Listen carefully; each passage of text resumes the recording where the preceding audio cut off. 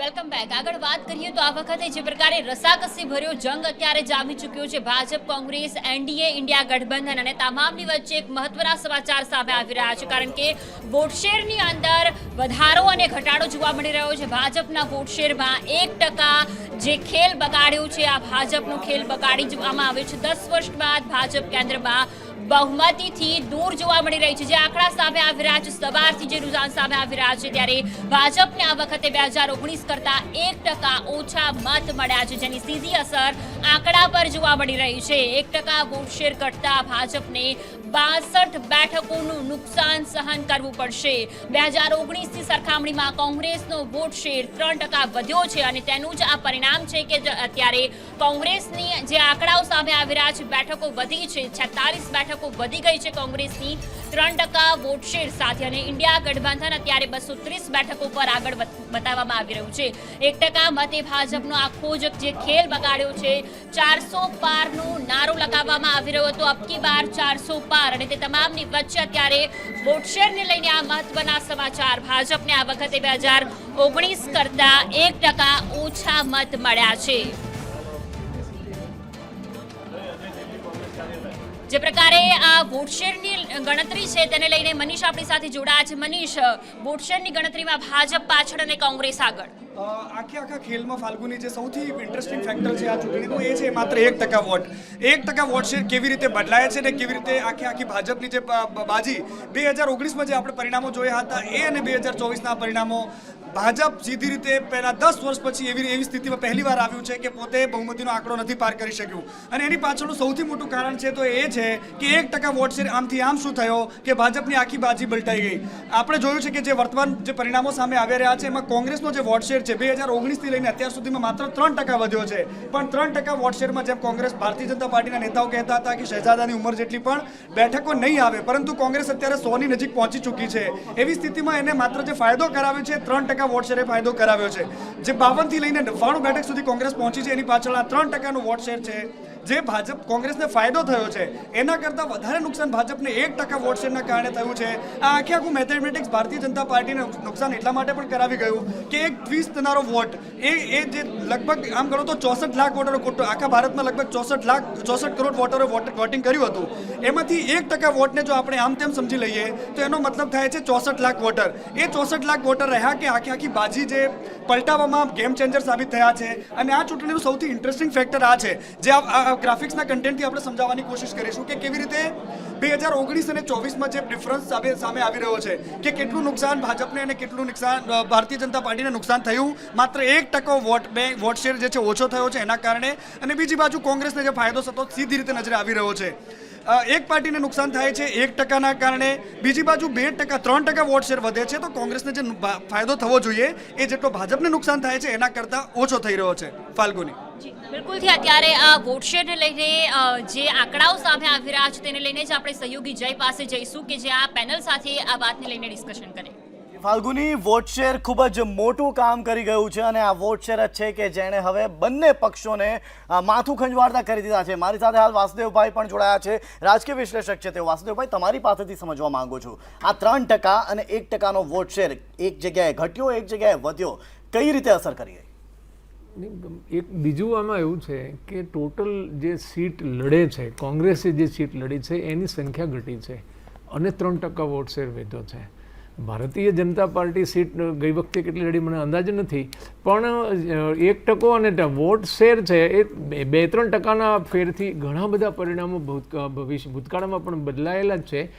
કારણ કે વોટ મોટો થાય છે ને, 64 કરોડમાં 1% અને 3% તમે ગણો એટલે મત છે 3 કરોડ, લગભગ 2.5 કરોડ મત થાય છે.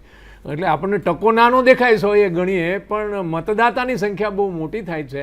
અને જ્યારે એ મર્યાદિત સીટો ઉપર જ્યારે એ એપ્લાય થાય છે અને એનો વોટ શેર વધે છે ત્યારે એટલે કોંગ્રેસને જે સીટો વધારે ડબલ મળી છે ને, વોટ શેર તો 3% વધ્યો છે પણ સીટો એની ડબલ થઈ ગઈ છે.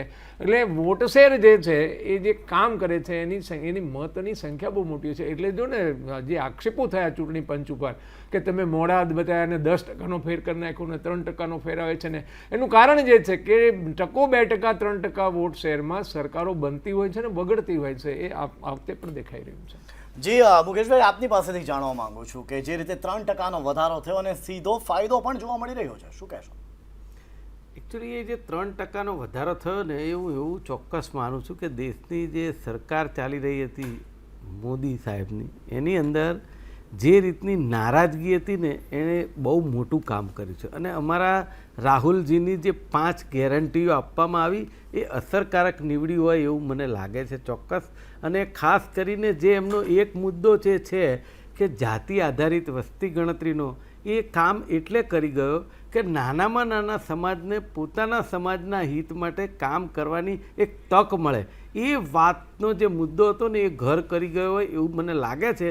અને જે રીતે રાહુલજી, પ્રિયંકાજી અને કોંગ્રેસ પક્ષના કાર્યકર્તાઓ જે રીતે ઇન્ડિયા ગઠબંધન સાથે રહી અને જે દેશની અંદર પ્રચાર પ્રસાર અને જે તનતોડ મહેનત કરી છે એના લીધે આ 3% વોટ શેર વધ્યો છે.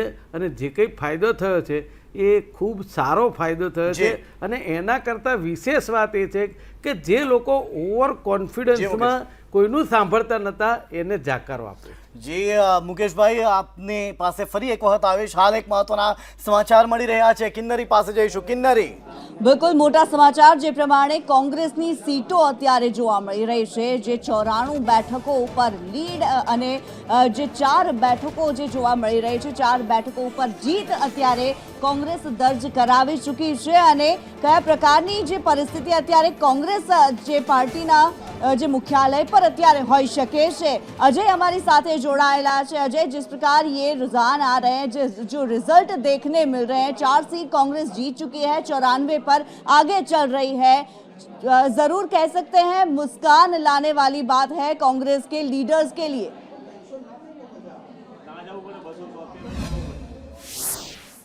देखिए, निश्चित तौर पे बड़े लंबे समय बाद जिस तरह से कांग्रेस ने इतनी बड़ी जीत दर्ज की है और खास करके कांग्रेस पार्टी की तरफ से राहुल गांधी को इसका श्रेय दिया जा रहा है, तो सबसे पहले मैं दिखाना चाहूँगा कि एक लंबे समय बाद कांग्रेस मुख्यालय का नज़ारा क्या है. आप देख सकते हैं कि कोई भी इलेक्शन होता है तो भारतीय जनता पार्टी का जो मुख्यालय होता है और कांग्रेस का मुख्यालय, तो भारतीय जनता पार्टी के मुख्यालय में जश्न का माहौल होता था और कांग्रेस के मुख्यालय में सन्नाटा दिखाई देता था. लेकिन आज के दिन आप देख सकते हैं कि धीरे धीरे जो कार्यकर्ता हैं बड़ी संख्या में जमा हो चुके हैं. थोड़ी देर बाद जो है राहुल गांधी और मल्लिकार्जुन खड़गे की प्रेस कॉन्फ्रेंस होने वाली है और लोग इस बात का इंतजार कर रहे हैं कि आखिर ये जो पूरी अभी काउंटिंग चल रही है उसके बाद राहुल गांधी क्या बोलेंगे. लेकिन उससे भी बड़ी बात यह है कि मुमताज पटेल इस वक्त हमारे साथ हैं और खास करके याद होगा कि जब टिकटॉक का बंटवारा हो रहा था तो उस वक्त भरूच सीट को लेकर के इनकी दावेदारी थी और इन्होंने आपत्ति दर्ज कराई थी कि ये सीट कांग्रेस को मिलनी चाहिए क्योंकि एक परंपरागत सीट है कांग्रेस की, जबकि वो सीट चली गई थी आम आदमी पार्टी को. जबकि मैम आज बनासकाठा से कांग्रेस पार्टी ने वहां पे जीत दर्ज की है. मोदी जी की हैट्रिक लोकसभा की कांग्रेस पार्टी ने तोड़ी है. अभी भी यही दावा करूंगी कि भरूच सीट कांग्रेस पार्टी को ही लड़नी चाहिए थी. तो आपको लगता है कि आप पार्टी ने गलत निर्णय लिया था? नहीं, ऐसा नहीं कहूंगी. इंडिया अलायंस के तहत जो भी निर्णय लिया, मैं फिर कहती हूँ सराखों पर हम अलायंस के तहत ये सीट चाहते थे कि कांग्रेस ही लड़े. आज भी कहूंगी, तो कल भी कहा था. तो क्या आपने मन से भरूच में सपोर्ट किया था या नहीं किया था अलायंस? इंडिया अलायंस का सपोर्ट पूरे देश में मन से किया है. लेकिन आज ये बताएं कि इतना बड़ा नज़ारा अमूमन जब हम लोग यहाँ पे आते हैं तो आप लोग भी नहीं दिखाई देते हैं. आज पहली बार मैं देख रहा हूँ कि इस जश्न में आप भी शामिल हैं. तो इस पूरी जो लगातार जीत हो रही है, कांग्रेस के कार्यकर्ताओं में काफ़ी उत्साह है. मैं देख रहा हूँ कि देश के हर हिस्से से जो है लीडर्स यहाँ धीरे धीरे पहुँचना शुरू हो गए हैं. राहुल गांधी की प्रेस कॉन्फ्रेंस होने जा रही है. तो क्या आप कारण मानती है कि जिसकी वजह से इतनी बड़ी जीत की तरफ मतलब बढ़ रही है? और कह तो ये भी रहे, यहाँ पे मैं कांग्रेस के कई सारे लीडर से जब बात कर रहा था कि वो भी सरकार बनाने में पीछे नहीं रहेंगे इस बार. देखिए, लोकतंत्र की जीत है और ये जो लड़ाई थी ये हमने अगेंस्ट ऑल ऑड्स लड़ी है. हमने सरकार से लड़ी है, हमने इंस्टीट्यूशन से लड़ी है. एक ये भय की, डर की राजनीति रही है. तो आज भी कहूँगी ईवीएम मैनिपुलेशन से लेकर ईसी का जो पक्षपात रहा है या फिर जो एजेंसियों की दबाव रही है, इसके बावजूद ये लोकतंत्र की जीत है.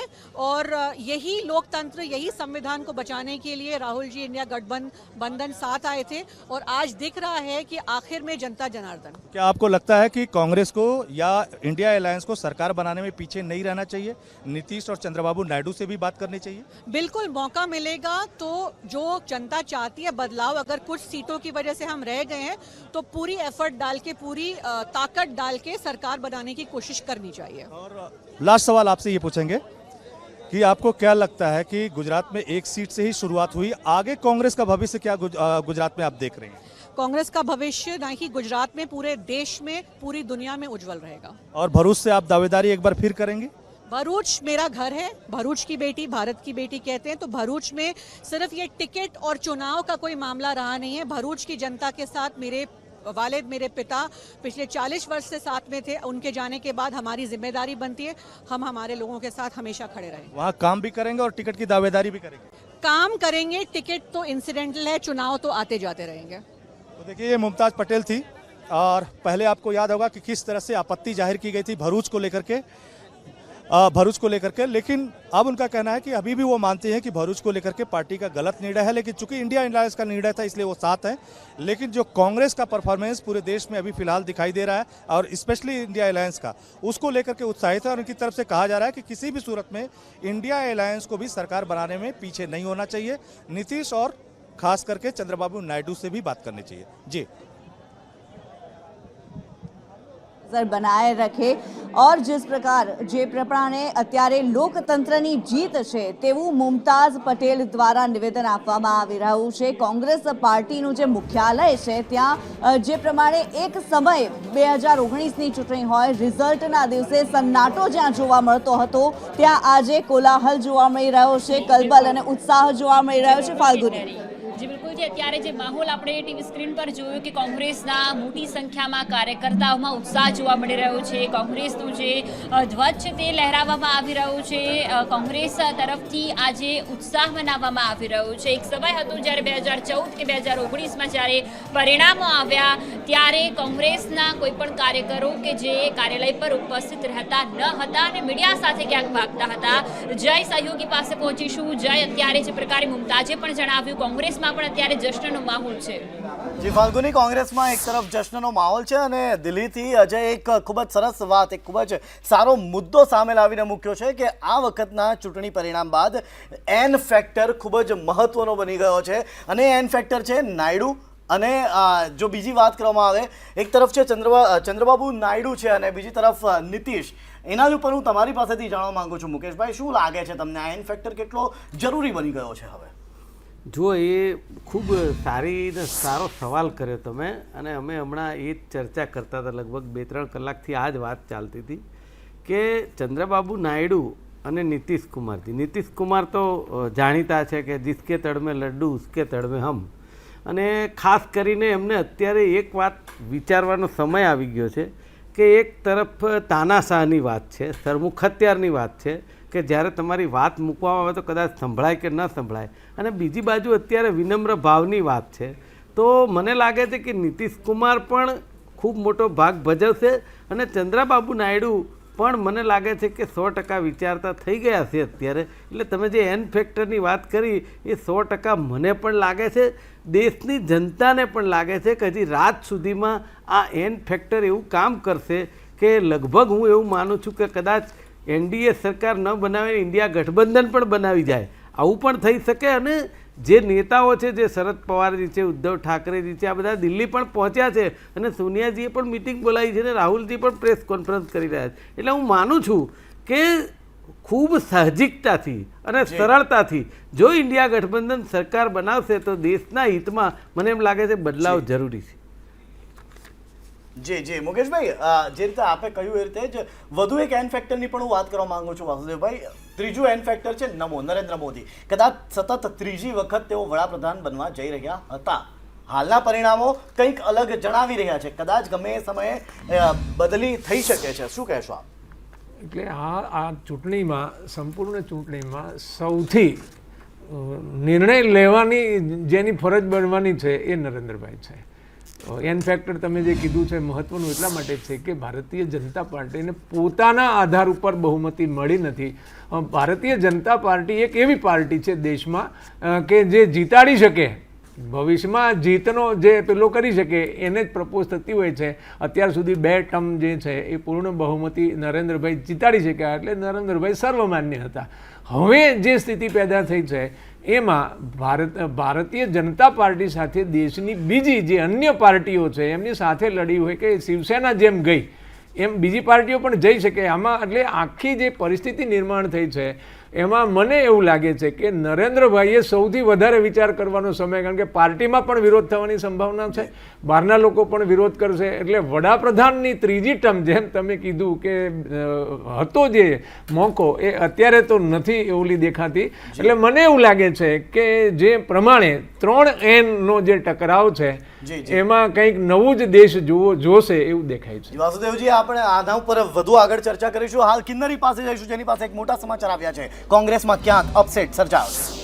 બિલકુલ મોટા સમાચાર. કોંગ્રેસની અંદર એક અપસેટ જોવા મળી રહ્યો છે. ચોક્કસથી જે સીટો વધી છે તેની ખુશી છે, પરંતુ જે અપસેટ છે તે જે 2 પૂર્વ મુખ્યમંત્રી રહી ચૂક્યા છે કોંગ્રેસના તેમના માટે છે, કારણ કે તેમના બંનેના જે પુત્રો છે તે ચૂંટણીની અંદર હારી ચૂક્યા છે. રાજસ્થાનના પૂર્વ મુખ્યમંત્રી અશોક ગેહલોતના પુત્ર વૈભવ ગેહલોત કે જે જાલોર બેઠક પરથી ચૂંટણી લડી રહ્યા હતા તેની હાર થઈ ચૂકી છે. બીજી બાજુ જો વાત કરવામાં આવે મધ્યપ્રદેશના પૂર્વ મુખ્યમંત્રી કમલનાથ અને તેમના પુત્ર નકુલનાથ કે જે છિંદવાડા બેઠક પરથી ચૂંટણી લડી રહ્યા હતા તેની પણ અત્યારે હાર થતી જોવા મળી રહી છે.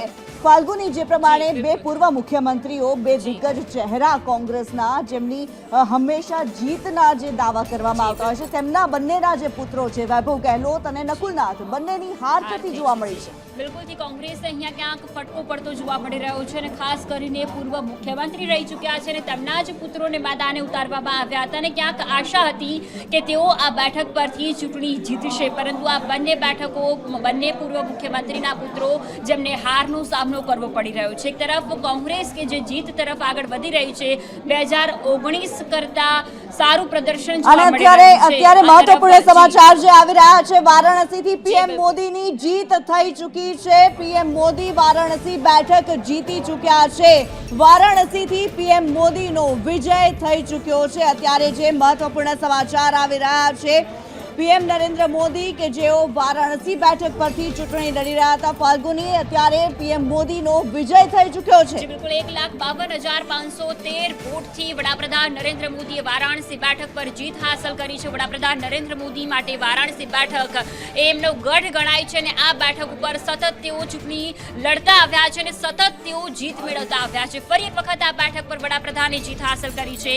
1 લાખથી પણ વધુ મતો સાથે વડાપ્રધાન વારાણસી બેઠક પરથી વિજય થયા છે. વડાપ્રધાન તરીકે જ્યારથી તેમણે આ વારાણસી બેઠક પર નામાંકન ભર્યું છે, સતત આ 3જી વખત તેમની જીત જોવા મળી રહી છે. 1,52,513 મતોથી વડાપ્રધાન નરેન્દ્ર મોદીએ વારાણસી બેઠક પરથી જીત હાંસલ કરી છે. આ સાથે જ અત્યારે એનડીએ અને ઇન્ડિયા ગઠબંધન જેના આંકડાઓ સામે આવી રહ્યા છે તેમાં એનડીએ 294 બેઠક પર આગળ વધી રહી છે, તો આ તરફ ઇન્ડિયા ગઠબંધન જે 231 બેઠકો પર આગળ વધી રહી છે અને અધરને 17 બેઠકો અત્યારે આગળ જોવા મળી રહી છે. જેમ જેમ રૂઝાન સામે આવી રહ્યા છે તેમ તેમ જીતનો આંકડો પણ સ્પષ્ટ થઈ રહ્યો છે, કારણ કે ઇન્ડિયા ગઠબંધન જે એક તરફ લાગી રહ્યું હતું કે જે એક્ઝિટ પોલ સામે આવી રહ્યા હતા, અનુમાનો લગાવવામાં આવી રહ્યા હતા, વિશ્લેષકોનું પણ કહેવું હતું કે ઇન્ડિયા ગઠબંધન એટલો દાવ ખેલી નહીં શકે. રાજનીતિમાં જે પ્રકારે ઉથલપાથલ જોવા મળી હતી અને અનેક નારાજગીઓ સામે આવી રહી હતી, પરંતુ જે આંકડાઓ સામે આવ્યા તે વિશ્લેષકો માટે પણ ચોંકાવનારા હતા. બિલકુલ ફાલ્ગુની, જે પ્રમાણે અત્યારે વિજય નોંધાવ્યો છે પીએમ મોદીએ 1,52,513 મતોથી પીએમ મોદીનો વિજય થયો છે. સવારથી અત્યાર સુધીમાં જો વાત કરવામાં આવે, આગળ પાછળનો જે ખેલ ચાલી રહ્યો હતો, ક્યારેક પીએમ મોદી પાછળ પણ ચાલી રહ્યા હતા અને જે મતોનું માર્જિન હતું તે ખૂબ જ વધારે હતું અને અત્યારે હાલ જે પ્રમાણે પીએમ મોદી વારાણસીથી વિજય થઈ ચૂક્યા છે. તેમણે વિજયનો જે વિશ્વાસ વ્યક્ત કર્યો હતો, 3જી વાર વારાણસીની જનતાએ તેમને જીતાડ્યા છે અને જીતની હેટ્રિક મારી છે. જય અમારી સાથે જોડાયેલા છે. જય, પીએમ મોદીનો જ્વલંત વિજય કહી શકીએ. કિન્નરી, વડાપ્રધાનનો જ્વલંત વિજય થયો છે. 1.5 લાખ જેટલી 1.5 લાખ જેટલી લીડથી તેઓનો વિજય નિશ્ચિત થઈ ગયો છે, તેઓની જીત નિશ્ચિત થઈ ગઈ છે. જે રીતે કિન્નરીએ આગળ પણ જણાવ્યું એ રીતે કે વારંવાર એવું થયું હતું કે ક્યાંક વડાપ્રધાન નરેન્દ્ર મોદી કે જેઓને ઓછા મતો પણ હતા, પણ ત્યારબાદ હવે જે રિઝલ્ટ આવ્યું છે 1.5 લાખની લીડ સાથે વડાપ્રધાન વિજેતા થયા.